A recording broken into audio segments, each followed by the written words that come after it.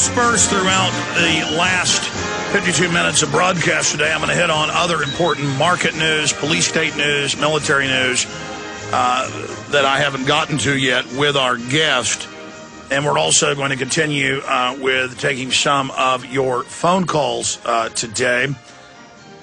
But I've gotten a lot of calls about this the last 4 or 5 months, and it certainly is just another good alternative and an idea out there of having state-chartered banks that aren't run by offshore, banks that create derivatives and then loan it basically to pension funds and governments and private investors. And to understand that, you've got to identify the private run-for-profit Federal Reserve. I mean, it's just that simple. Because the Bank of England is the same system, the EU central bank is the same system. This is the global private cartel that is taking control of the planet through the fact that they can just create all the money they want for themselves, all of the assets, all of the credit that they want. And this is the group setting up world government. This is the group erasing borders. This is the group that owns both political parties. This is the group that runs Goldman Sachs in every major regulatory position, with the foxes guarding the hen house, with Elena Kagan saying she wants your free speech, she wants your guns. She's a Goldman Sachs member. And she's written several books. EllenBrown.com is her website.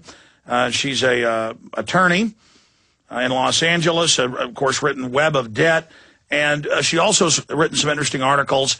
Cash-starved states need to play the banking game. North Dakota shows how. So we'll talk about that state bank. And here's a quote from Francis Bacon. He that will not apply new remedies must expect new evils, for time is the greatest innovator. And she joins us now. Thanks for coming on. Thanks, Alex. Tell us a little bit about yourself for those that just joined us. Break down your take on the banking cartel, where we are economically worldwide right now, what you see happening there, and then let's talk about a solution. It isn't a perfect solution. It won't fix everything, but instead of having a private Federal Reserve, I mean, even if the feds won't get control, even if the Congress won't take control of the issuance of currency and credit as they are commanded to in the Constitution, we can move at the state level as part of the states' rights movement to set up state banks. So let's go through it. Exactly. That's where I think we have the most opportunity to get a foot in the door is at the state level, because Congress is totally bought and paid for by Wall Street. But the states are desperate. They have to balance their budgets, unlike the federal government, which is $13 trillion in debt and just keeps going. I mean, they haven't paid off the federal debt since 1838. But the states are required to balance their budgets, and that they're all in the red except one state. There's only one solvent state at the moment, and that's North Dakota. Actually, Montana is solvent at the moment, but by 2011, they project that they're going to be in the red, so they're going to have to slash services. And the big central banks are doing the same thing they've done in hundreds of third world nations. They go in, they get the countries in debt so they can then be economically subservient to the banking cartel that makes the money out of nothing. And so you have all these unfunded mandates. The states are going bankrupt. What does the federal government do? Even more unfunded mandates. And then as things go completely bankrupt, the feds just absorb the states. So the states have got to rebel through their 9th and 10th Amendment powers now, or never reverse this. Right. All of our money actually is created by banks in the form of loans. That's my book, Web of Debt. That's the basic premise, the thing that most people don't realize. Most people think the government creates money and that it's the government's fault that we have all these troubles. But if the government did create money, why are they $13 trillion in debt? In fact, it all comes from banks.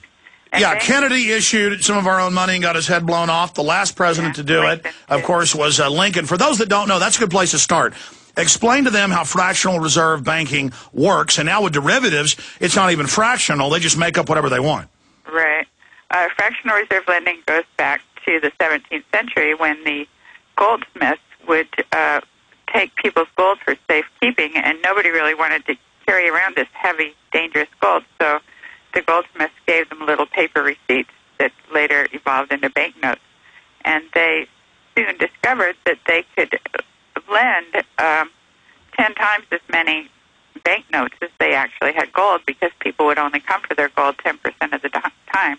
So that was the origin of our 10% fractional reserve system. We still have the 10%, even though there's no longer any gold in the system. It's still roughly true that people come for their money, come to the bank about 10% of the time, and 90% of the time they leave their money in the bank.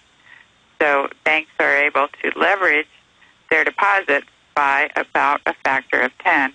In other words, they can lend many times more money than they actually have, and that's how credit is created. Well, in fact, today banks don't even look at their reserves. They don't pay any attention to what deposits they have when they make a loan. If a good borrower, say a good client, a corporate client, comes to the bank and wants a loan, the bank just writes it into their account.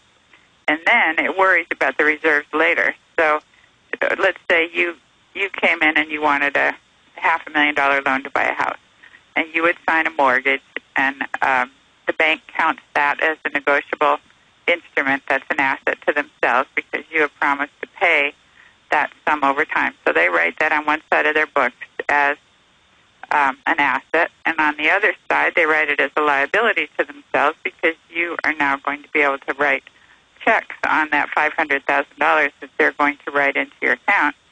And when you do, the bank will have to pay out on that. So that's where the money comes from, that liability where you're allowed to write checks. That's the origin of all the money that circulates in the economy, except for coins, which now compose only 1/10,000th of the total money supply, the M3 money supply. So, and as the public begins to learn that gold and silver is real money versus crud paper that's being devalued globally across the board, not just our currency, you're going to see, as people rush into gold, its price go up according to all the laws of economics. Well, true. And I myself am a heavy believer in gold and silver.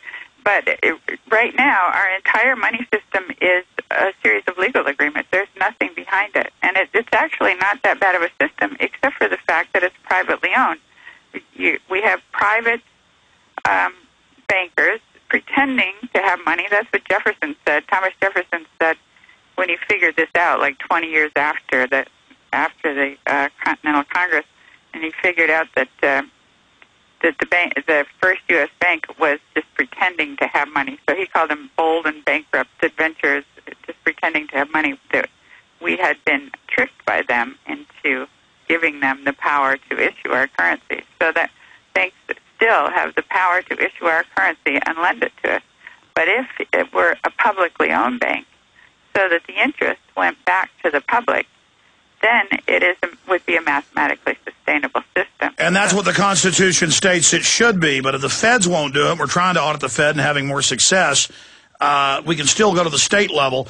Here's a quote out of a local paper in North Dakota. It says, North Dakota is a sparsely populated state of less than 700,000, known for cold weather, isolated farmers, and the hit movie Fargo. Yet, for some reason, it defies the real estate cliche of location, location, location.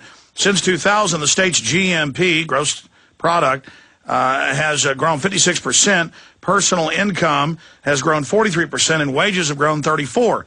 This year, the state has a budget surplus of $1.2 billion. And you believe from your research, a lot of that has to do with it having a state bank. Break that down and explain the difference between a state bank and, say, J.P. Morgan. Well, this would be a state-owned bank. Of course, all states have state banks. I mean a state-owned bank. State-owned bank.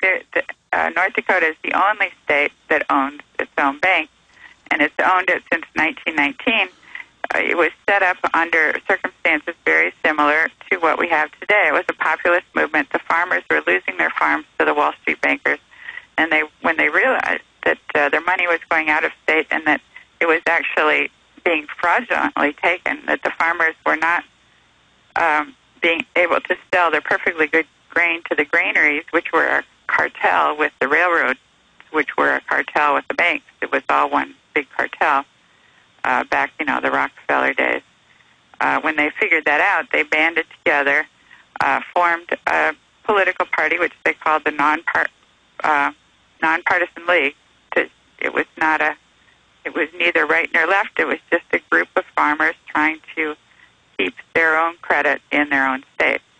So all the states could have the same sort of flourishing GDP that they have, but we are all suffering from a credit crisis that was precipitated in Wall Street because the Wall Street banks got in trouble with their dodgy collateral, et cetera. So North Dakota just escaped all that. By law, all the state revenues go into the Bank of North Dakota. So they have a huge potential deposit base, and it's set up as North Dakota doing business as the Bank of North Dakota. So it's set up as a DBA. Technically all of the assets of the state are the assets of the bank.